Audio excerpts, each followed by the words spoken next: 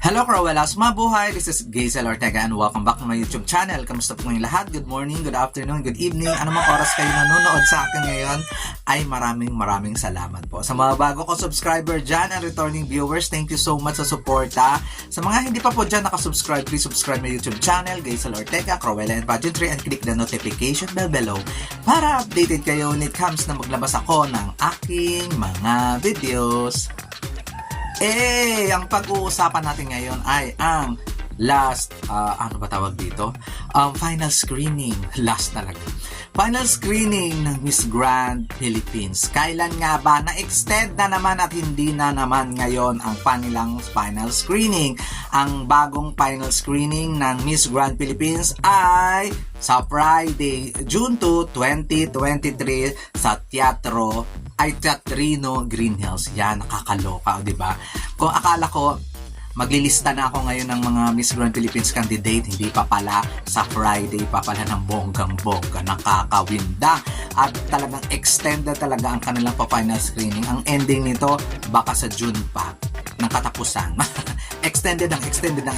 O diba, sana may mag-submit na mamaya, may nag-submit na bukas, at sa, syempre, last natin ay sa Friday. At sana makapagdesisyon na yung mga yung mga lot na queens dito sa Miss Universe Philippines at sa Binibining Pilipinas 2023. O diba, para more chances of winning dito sa Miss Grand. Kasi, alam nyo kung bakit 3 crown po yung at stake dito sa Miss Grand Philippines. Hindi ko alam yung isa ha.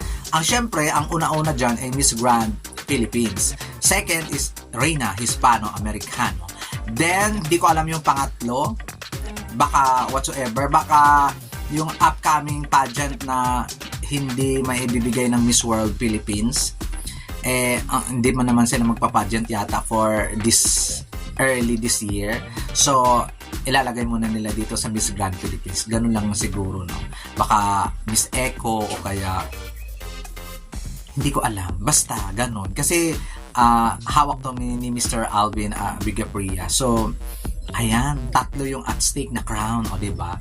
Kung baga, more chances of winning, parang Miss Universe Philippines lang din, 3 din yung at stake na crown. So, Binibining Pilipinas, 2 lang. So, pag join sila dito, hindi na sila magti-training, lalong-lalo na yung mga talunan doon sa mga Miss Universe Philippines at saka sa Binibini, hindi na sila magtutone, yung tawag na magpapapayat, magti-training, dito na diretso na agad, ng bonggang-bongga para madami, diba? Kasi 3 yung corona. Malay mo, magiging 4 pa yan bago matapos yung buwan. Diba? At yan, ng bonggang-bongga, diba? I'm so excited talaga sa mangyayari. After Binibining Pilipinas, ay may Miss may Miss Grand Philippines tayong aabangan at alam nating pabonggahan yan ng bonggang-bongga. And next issue natin is Michelle D na feature sa Vogue Magazine at Mega Magazine. Kakaloka, lakas ng kapit, ganon. At ang bongga ng mga pictures, talaga lang naman, kabog na kabog. No. Congratulations sa kay Michelle D sa Miss Universe Philippines. Diba? 2 weeks pa lang siya nanalo, may pa Vogue Magazine na siya, tapos may pa Mega Magazine pa. Diba? Panalo. Kaya congratulations sa iyo, Michelle D. At sana mairaos mo. Ang ganda talaga nung walang makeup si Michelle D. May hawigan talaga siya ng Janine Togon, ng very light, diba?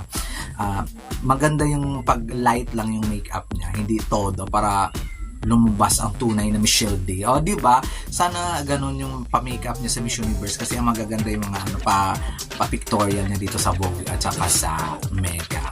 Congratulations talaga kay Miss Michelle D. At sana training na ng bonggang-bongga para ipanalo natin yan sa Miss Universe beauty pageant ang Michelle D na yan. Diba? So, ayan guys, ayan muna ang aking mga pa-update ngayon sa pageantry about kay Miss Grand Philippines na extended na naman.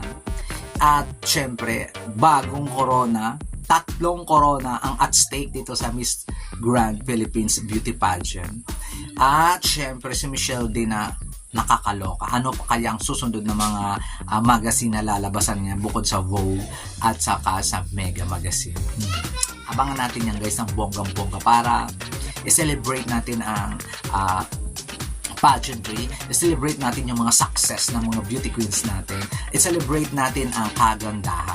Ganon! At huwag tayong mag-bash ng bash ng bash ng bash. Hanggat, hindi ako nang babash hanggat yung hindi pa nang perform, diba, ng bonggang-bongga. Doon lang tayo manas doon. At sana, at syempre, magla-live din ako sa Miss Grand, diba? Miss Grand Philippines Finals. At abangan din ninyo yan ng bonggang-bongga. At sana may mag-sponsor uli.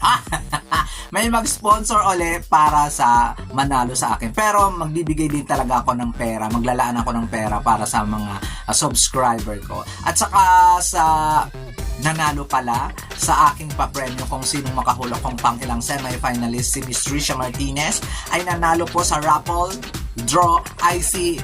Sino nga ito? Kalimutan ko. Wait, hanapin ko muna.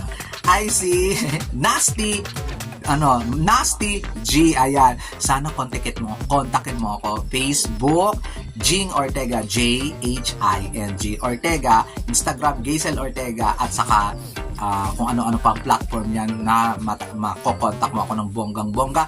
At mag-usap tayo kung paano ko isend sa'yo yung napanalunan mo. At thank you so much kay Sir Gilbert Murillo Palyado dahil siya ang nag-sponsor ng 1,000 pesos. Thank you so much guys. Maraming salamat sa inyo at maraming salamat sa mga pagsubaybay lagi. At syempre, ito po ang aking latest update for today's video. Maraming salamat ulit. This has been Gazel Ortega. Hanggang sa muli. Paalam!